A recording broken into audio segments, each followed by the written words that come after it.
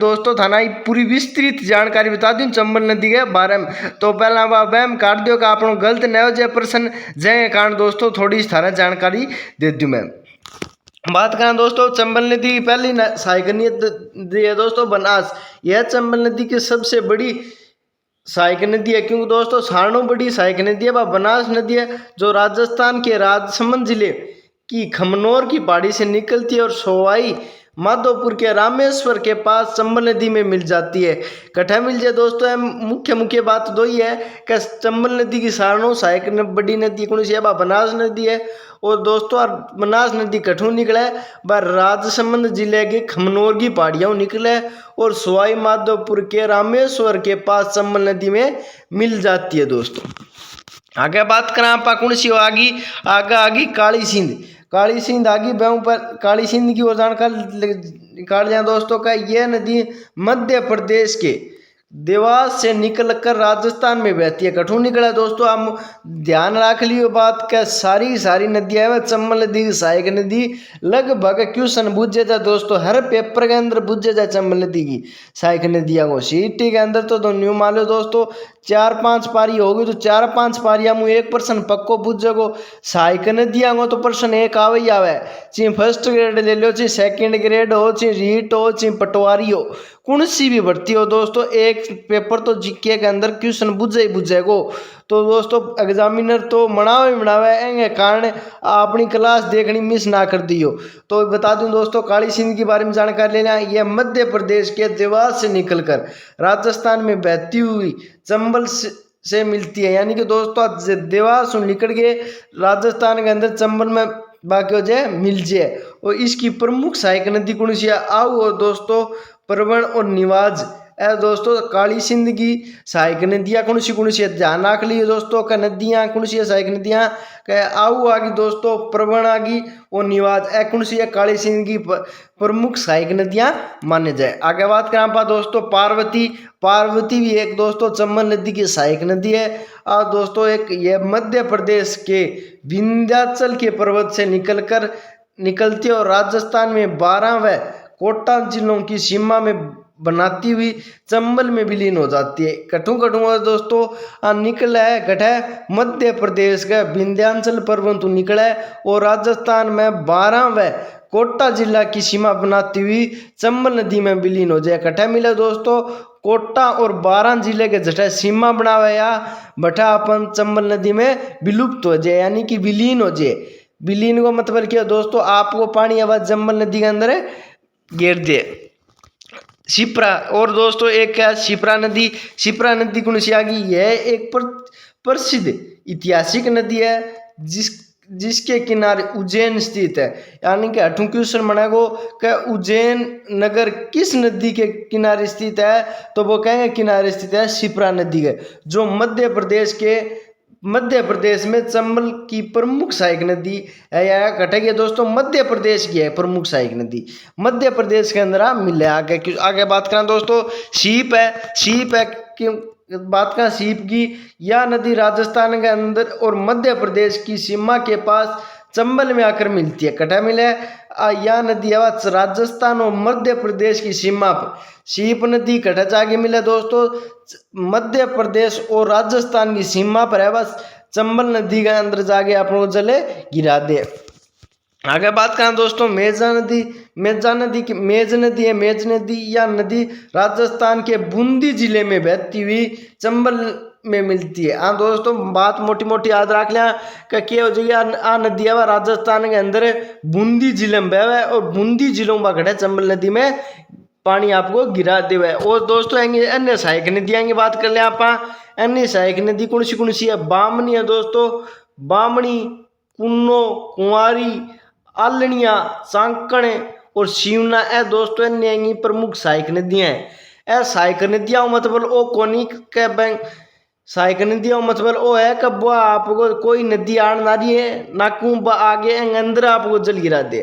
और दोस्तों आगे बात करें एक है यह नदी यानी कि चंबल नदी है ये नदियाँ चंबल के जल ग्रहण क्षेत्र को बढ़ाती है और अपना जल और और अंततः अपना जल चंबल नदी व यमुना नदी में मिल जाती है। यानी कि मोटी मोटी बात आई है कि दोस्तों सारी नदियां आपको जल चंबल नदी में गिरा दे, चंबल नदी आगे जाके आपको जल है वह यमुना नदी के अंदर मिला दे। दोस्तों दोबारा बता दूं छोटी सी जानकारी क्या दोबारा बता दूं कि बनास चंबल नदी इस प्रमुख सहायक नदियां कौन सी है। एक बनास है जबकि अपनी सारणों बड़ी सहायक नदी माने जाए। और राजस्थान के अंदर राजसमंद जिले की खमनोर की पहाड़ियों निकले और सवाई माधोपुर जिले के अंदर चंबल नदी में मिल जाए। दोस्तों बनास होगी एक काली सिंध कटे मध्य प्रदेश के देवास निकले कटू दोस्तों मध्य प्रदेश के देवास निकले राजस्थान में बहती हुई राजस्थान में क्या है चंबल नदी मिल जाएगी। प्रमुख सहायक नदियाँ कौन सी है दोस्तों। काली सिंध आ गई, काली सिंध की प्रमुख सहायक नदियाँ बूझ लिए तो काली सिंध की प्रमुख सहायक नदियाँ कौन सी है। आऊ आ गई, परवन आ गई और निवाज होगी, बनास होगी एक तो दोस्तों। फिर चंबल में की सहायक नदियाँ कौन सी है दोबारा बता दूं। बनास, काली सिंध, पार्वती, शिप्रा, सीप, मेज दोस्तों प्रमुख सहायक नदी है। और आएंगी न्यू माले को छोटी मोटी अन्य सहायक नदियां और है। और पार्वती को जिक्र कर लिया थोड़ा सा और दोबारा बता दूं दोस्तों याद करने खातर। यह मध्य प्रदेश के विंध्याचल पर्वत से निकलती है कठू लिखड़ा मध्य प्रदेश के विंध्याचल पर्वत निकल के राजस्थान में 12 में कोटा जिले की सीमा पर चंबल नदी में गिरा दिया। आपको चले आगे बात करें शिप्रा कठू लिखड़ा यह एक प्रसिद्ध ऐतिहासिक नदी है। जगह किनारे उज्जैन जो नगर है उज्जैन स्थित है। यानी कि उज्जैन स्थित है जो मध्य प्रदेश में चंबल नदी को गिराते हैं।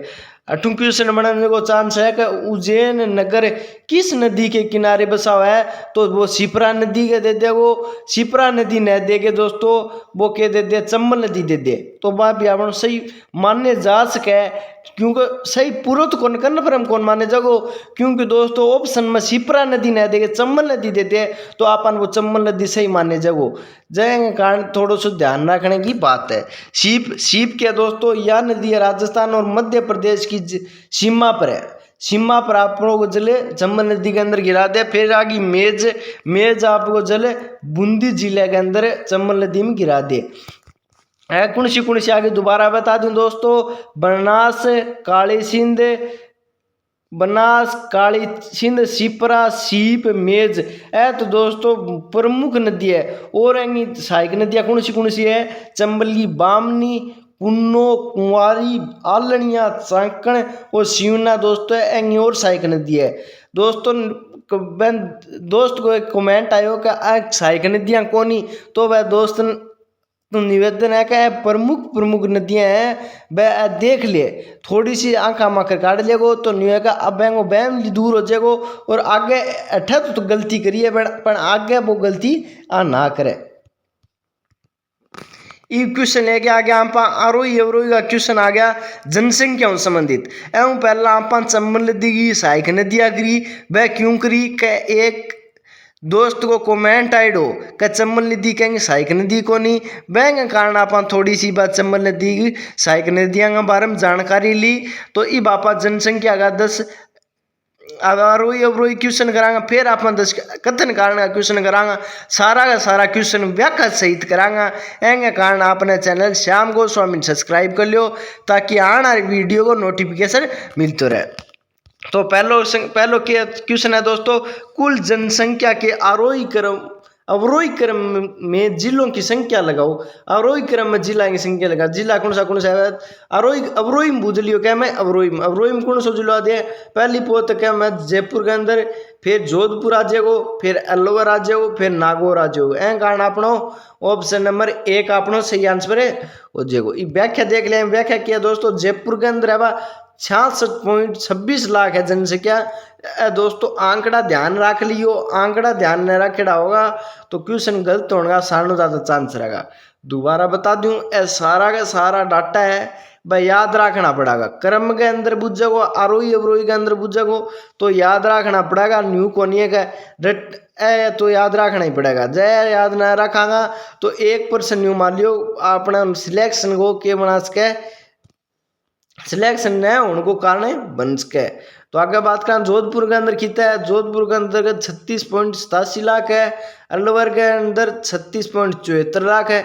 ये थाने बताया मैं दोस्तों का अलवर के अंदर जोधपुर के अंदर के पॉइंटा के अंदर डिफरेंस आ गयो, अटै 36.87 लाख है, 87 लाख है और 36.74 लाख है, यानी कि 0.13 को अंतर आ गयो। अब 0.13 को अंतर हटा गयो। और नागौर के अंदर कितना है दोस्तों 33.07 लाख है। आ ध्यान रखने की बात। अगले क्वेश्चन नंबर 2 की बात करें आप, जनसंख्या घनत्व प्रति वर्ग किलोमीटर के अवरोही क्रम में लगाओ। इवन के बुझ लियो दोस्तों, आपने बुझो का जनसंख्या घनत्व है, जनसंख्या घनत्व को प्रति वर्ग किलोमीटर के अनुसार अवरोही क्रम बुझ लियो। प्रति वर्ग जनसंख्या घनत्व, घनत्व की वजह है आदमी ज्यादा रहे, यानी कि ज्यादा संख्या, यानी कि प्रति 200, यानी कि 200 व्यक्ति है वह कितनी किलोमीटर पर रहने वाले। जयपुर में क्या दोस्तों सारणों ज्यादा जनसंख्या घनत्व देखने मिले, फिर भरतपुर आ जाए, फिर दौसा आ जाए, फिर अलवर आ जाए। एंगे कारण ऑप्शन नंबर 1 आपनों सही आंसर है। और देखो आप जनसंख्या घनत्व देखा तो जयपुर के अंदर कितना जनसंख्या घनत्व 585 है, जयपुर के अंदर कितना है 585 है, भरतपुर के अंदर कितना है 503 है। ध्यान रखने की बात है, डाटा याद कर लो दोस्तों, नी सारा का सारा व्यक्ति प्रति वर्ग किलोमीटर के अनुसार है, यानी कि दौसा के अंदर कितना है 476 है, यानी कि 1 किलोमीटर के अंदर 476 व्यक्ति रहना रहे। और अलवर के अंदर कितना है दोस्तों 438 है। सारा का सारा दोबारा बता दूं, डाटा याद कर लो। जनसंख्या को क्वेश्चन पक्को बनेगो, पक्को यानी कि कन्फर्म क्वेश्चन आओ। एक तो रट लियो, यानी कि रट लियो, यानी कि बन याद कर लियो, किया ही कर लियो, क्वेश्चन याद कर लियो, ताकि आपनो प्रश्न गलत न हो। अगले क्वेश्चन नंबर 3 की बात करें दोस्तों का लिंगानुपात के आरोही क्रम में राज्यों को लगाओ। ये राज्यों को लगा सके दोस्तों, राज्यों को भी बूझ लियो, क्योंकि आपने सिलेबस के अंदर भारत को भी दे रखे हो सके, तो भारत को दे रखे हो तो भारत के अंदर भी 1-2 क्वेश्चन बन सके। तो आप एंगे सागे थोड़ो से 1-2 क्वेश्चन भारत का भी टच करे, यानी कि भारत का भी लिए। तो भारत को क्या क्वेश्चन पूछ लिया क्या अपन लिंगानुपात हरियाणा के अंदर किया दोस्तों, लिंगानुपात छानो कम है, फिर अपना पंजाब के अंदर, फिर राजस्थान के अंदर, बिहार के अंदर है वो सारणों ज्यादा लिंगानुपात है। एंगे कारण आप ऑप्शन नंबर बी आप सही आंसर हो जाएगो। ये देखा आप हरियाणा के अंदर कितना है, हरियाणा के अंदर कितना है, हरियाणा के अंदर 879, पंजाब के अंदर कितना है 885, पंजाब के अंदर कितना है 885। राजस्थान के अंदर बात करें, राजस्थान के अंदर कितना है 928, राजस्थान के अंदर कितना है 928, और बिहार के अंदर कितना है 918। सॉरी मिस प्रिंटिंग दोस्तों, अपना राजस्थान के अंदर तो 918 है, मिस प्रिंटिंग हो रही है दोस्तों, थोड़ी सी मिस प्रिंटिंग हो रही है। और राजस्थान के अंदर तो कितना है 918, और 918 है। बिहार के अंदर है वो 928 है, कितना बिहार के अंदर 928 है, कारण अपना ऑप्शन नंबर बी सही आंसर हो जाएगा। आगे क्वेश्चन नंबर 4 की बात करें, दशकीय वृद्धि, यानी कि प्रति दशकीय वृद्धि को मतलब लिखिए प्रति 10 वर्ष ऊपर होना वृद्धि, यानी कि 2001 से 2011 के अवरोही क्रम में जिलों को लगाओ, यानी कि 2001 और 2011 के बीच में जनसंख्या में कितनों को अंतर आयो बागवान और जिला को अवरोही क्रम में लगाना है। सारणों ज्यादा कहेंगे बाड़मेर के अंदर अपन देखने मिले को, फिर अपना जैसलमेर, फिर जोधपुर, फिर जालोर। एंगे कारण क्यों जो ऑप्शन नंबर 1 आपनो सही आंसर है वो जो। आगे बात करें आप व्याख्या की, व्याख्या देख लिया दोस्तों, बाड़मेर के अंदर कितनी है 32.5%, 32.5%। जैसलमेर के अंदर कितना जगह 31.8%, जोधपुर के अंदर 27.7%, जालोर के अंदर 26.2%। ध्यान रख लो सारा का सारा डाटा। बाड़मेर के अंदर कितना है 32.5%, जैसलमेर के अंदर 31.8%, जोधपुर के अंदर 27.7%, जालोर के अंदर 26.2%। सारा का सारा ध्यान है डाटा। आगे क्वेश्चन की बात करें, क्वेश्चन नंबर 5 है, साक्षरता दर के अवरोही क्रम में लगाओ। साक्षरता दर ने क्या लगाना है अवरोही क्रम में लगाओ। साक्षरता अवरोही क्रम में जिला में लगाना, कौन सा साक्षरता दर के अनुसार। आप बात करें सारणु पहला कौन सा आओगो, सारणु पहला साक्षरता दर के शाम अवरोही क्रम में कोटा आवे, फिर जयपुर आओगो, फिर झुंझुनू आओगो, फिर सीकर आओ। याद किया गयो कोटा जयपुर झुंझुनू सीकर कोज्जा सीकर, यानी कि याद रख लियो कोज्जा सीकर, कोज्जा सीकर ट्रिक है दोस्तों। क्या हो जाएगी कोज्जा सीकर, कोज्जा सीकर ट्रिक याद रख लियो। के याद रखांगा कोज्जा सीकर, कोज्जा सीकर कहूँ कोटा जयऊ जयपुर जयऊ झुंझुनू सैऊ सीकर, सारा याद रख लियो कोज्जा सीकर। एस क्या हो जाएगी साक्षरता दर की अवरोही क्रम की ट्रिक हो जाएगी। अवरोही क्रम की अपन आरोही क्रम बूझ लियो क्यों जगो सीकर झुंझुनू जयपुर कोटा, वो क्यों जगो अवरोही क्रम की दोस्तों। आ ट्रिक आरोही क्रम की और ट्रिक होगी। आ अवरोही क्रम में जब अवरोही क्रम बूझ लिया तो अपन ओ क्यों जगो मुझे क्या याद रखांगा कोज्जा सीकर, कोज्जा सीकर एंग कांड के हो जाएगा। एंग अंदर आप ऑप्शन नंबर 1 आप सही आंसर हो जाएगा। ये थोड़ी सी व्याख्या देख लिया। व्याख्या क्या कोटा के अंदर कितना है 76.6% साक्षरता दर से, जयपुर के अंदर कितना है 75.5% है, झुंझुनू के अंदर कितना है 74.1% है, सीकर के अंदर क्या 71.9% है, यानी कि कोटा के अंदर कितना जगह 76.6%, जयपुर के अंदर 75.5%, झुंझुनू के अंदर कितना है 74.1%, सीकर के अंदर 71.9%। और जो दोस्तों याद रख लियो डाटा, ए डाटा न्यू याद रखना पड़ा कि आरोही अवरोही का क्वेश्चन पूछेगो जो एक मौका अपन मिलान करना रहे सुमेलित करना रहे दे दिया क्वेश्चन तो आपनो प्रश्न गलत न है। अगलो क्वेश्चन नंबर 6 की बात करें आप अनुसूचित जनजाति जनसंख्या प्रतिशत के अवरोही क्रम में जिलों को लगाओ। कहेंगे अनुसूचित जनजाति संख्या का अवरोही क्रम में जिला को लगाना। वो कौन सा जिला है अवरोही क्रम में क्या बुझे अपन अवरोही क्रम में बांसवाड़ा के अंदर सारणो दादा है, फिर डूंगरपुर राज्य को, फिर प्रतापगढ़ राज्य को, फिर उदयपुर राज्य को। एं कारण आपनो ऑप्शन नंबर 1 आपनो सही आंसर है। और जो अगले क्वेश्चन नंबर की बात करें व्याख्या जो बात कर लिया पहला। अब व्याख्या किया बांसवाड़ा के अंदर कितना 76.6% कितना है बांसवाड़ा के अंदर 76.4% है, डूंगरपुर के अंदर कितना 70.8% है, प्रतापगढ़ के अंदर कितना 63.4% है, उदयपुर के अंदर कितना है 49.7% है। सारा का सारा डाटा याद कर लियो तो दोस्तों थारे याद कर लेगा तो आरोही अवरोही को क्वेश्चन आओगो गलत को नहीं होगो।